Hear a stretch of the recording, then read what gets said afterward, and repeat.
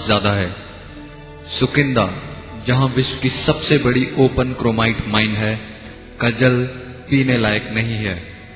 यहाँ के जल में हेक्सावेलेंट क्रोमाइट की मात्रा राष्ट्रीय और अंतर्राष्ट्रीय मापदंड से 2 गुना से ज्यादा है। पानी की शुद्धता 2 मापदंडों पर आधारित है, BOD बायोलॉजिकल ऑक्सीजन डिमांड और FCC फीकल कॉलीफॉर्म काउंट। जितना BOD कम होगा उतना पानी शुद्ध होता है, क्योंकि जल में ऑक्सीजन की मात्रा ही पानी को पीने लायक बनाती है। वैज्ञानिकों के अनुसार पानी में FCC लेवल इस प्रकार है: 50 FCC लेवल पीने लायक पानी में, 500 FCC लेवल नहाने लायक पानी में और 5000 FCC लेवल सिंचाई व कपड़े धोने वाले पानी में। वाराणसी शहर, जो भारत के प्रमुख तीर्थ स्थानों में गिना जाता है, का जल काफी प्रदूषित है। वाराणसी के घाटों से लिए गए पानी के नमूनों की जांच करने पर यह पाया गया कि BOD 1300 गुना ज्यादा है, यानी कि ऑक्सीजन की मात्रा बहुत कम है, और वही FCC लेवल 6000 गुना है, यानी कि जीवाणुओं की मात्रा बहुत ज्यादा है। आइए आपको गंगा किनारे बसे कुछ नगरों के आंकड़ों से अवगत कराते हैं।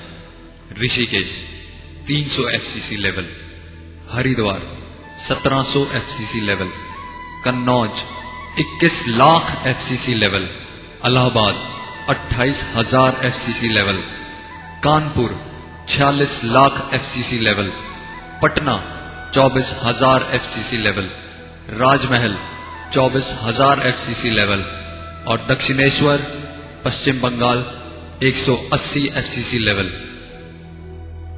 सन 1986 में गैप गंगा एक्शन प्लान शुरू किया गया, जिसमें अब तक लगभग 1500 करोड़ रुपए खर्च हो चुके हैं। ये योजना गंगा जी को साफ करने के लिए शुरू की गई थी, पर हालात अभी भी बेकाबू हैं।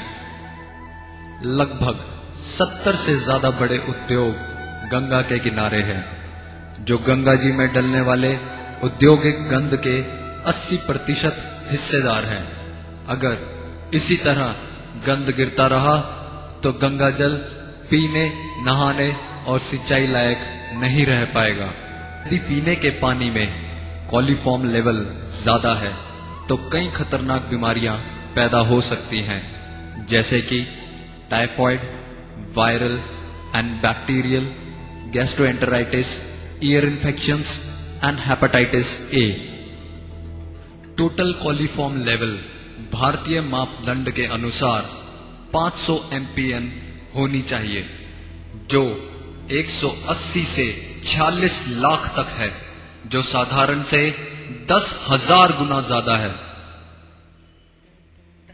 गंगा जी में ऑक्सीजन की मात्रा 3.5 मिलीग्राम प्रति लीटर है, जो 5 मिलीग्राम प्रति लीटर से ज्यादा होनी चाहिए। गंगा जी में BOD लेवल की मात्रा 5 मिलीग्राम प्रति लीटर है, जो 3.5 मिलीग्राम प्रति लीटर से कम होनी चाहिए। फीकल कॉलीफॉर्म लेवल, जो 100 मिलीलीटर में 2500 से कम होना चाहिए, वही इस समय कई गुना ज्यादा पहुंच गया है। pH लेवल, जो 7 होना चाहिए, वह इस समय 6.5 से 8.5 के बीच है। उधर दूसरी तरफ घटते ग्लेशियर गंगा जी के लिए खतरा बने हुए हैं। ये ग्लेशियर बढ़ते तापमान के कारण निरंतर पिघल रहे हैं।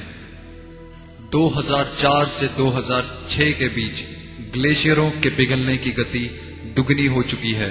यह सब वर्ल्ड ग्लेशियर मॉनिटरिंग सर्विसेज ने बताया है, जो लगातार इन ग्लेशियरों पर नजर रखे हुए हैं।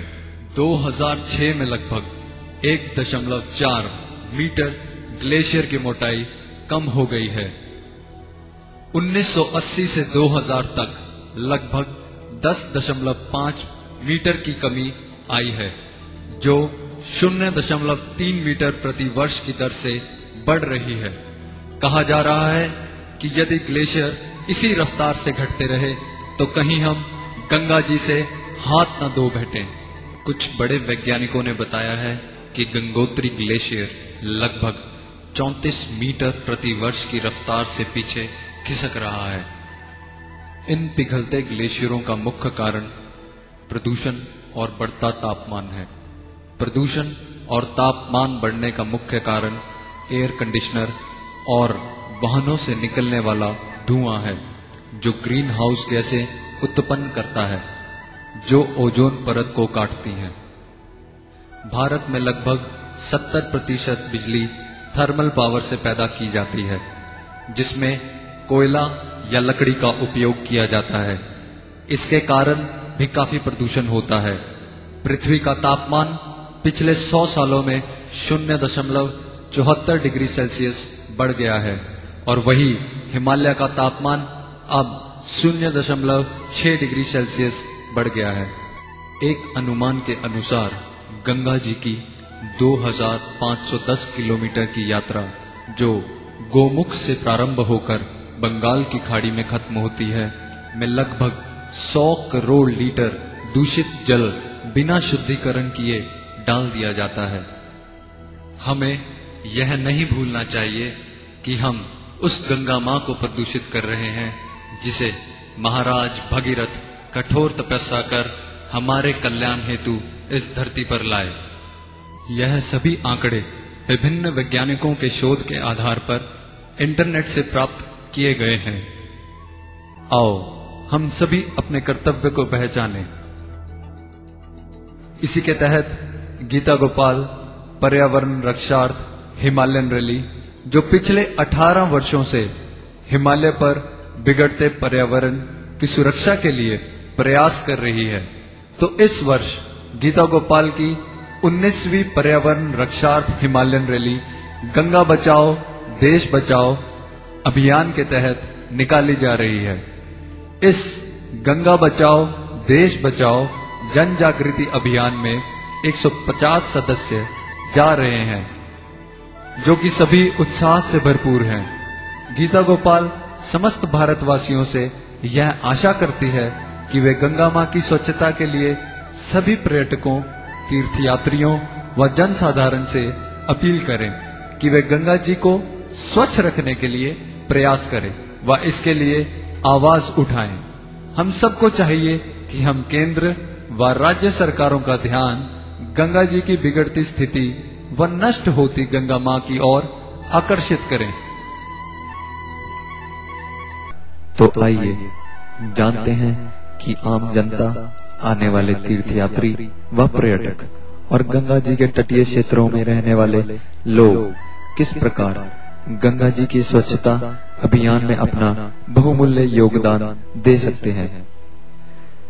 गंगा जी में साबुन लगाकर मत नहाएं, तेल मलकर गंगा जी में मत नहाएं, गंगा जी में कपड़े ना धोएं, गंगा के किनारों पर भूलकर भी मलमूत्र का त्याग ना करें, पॉलीथीन के लिफाफे, प्लास्टिक की बोतलें, खाने के रैपर इत्यादि गंगा जी में ना डालें, बची हुई खाद्य सामग्री गंगा जी में ना डालें, अधजली लाशें गंगा जी में ना बहाएं, सिगरेट, बीड़ी के बचे टुकड़े, शराब की बोतलें गंगा जी में ना फेंकें।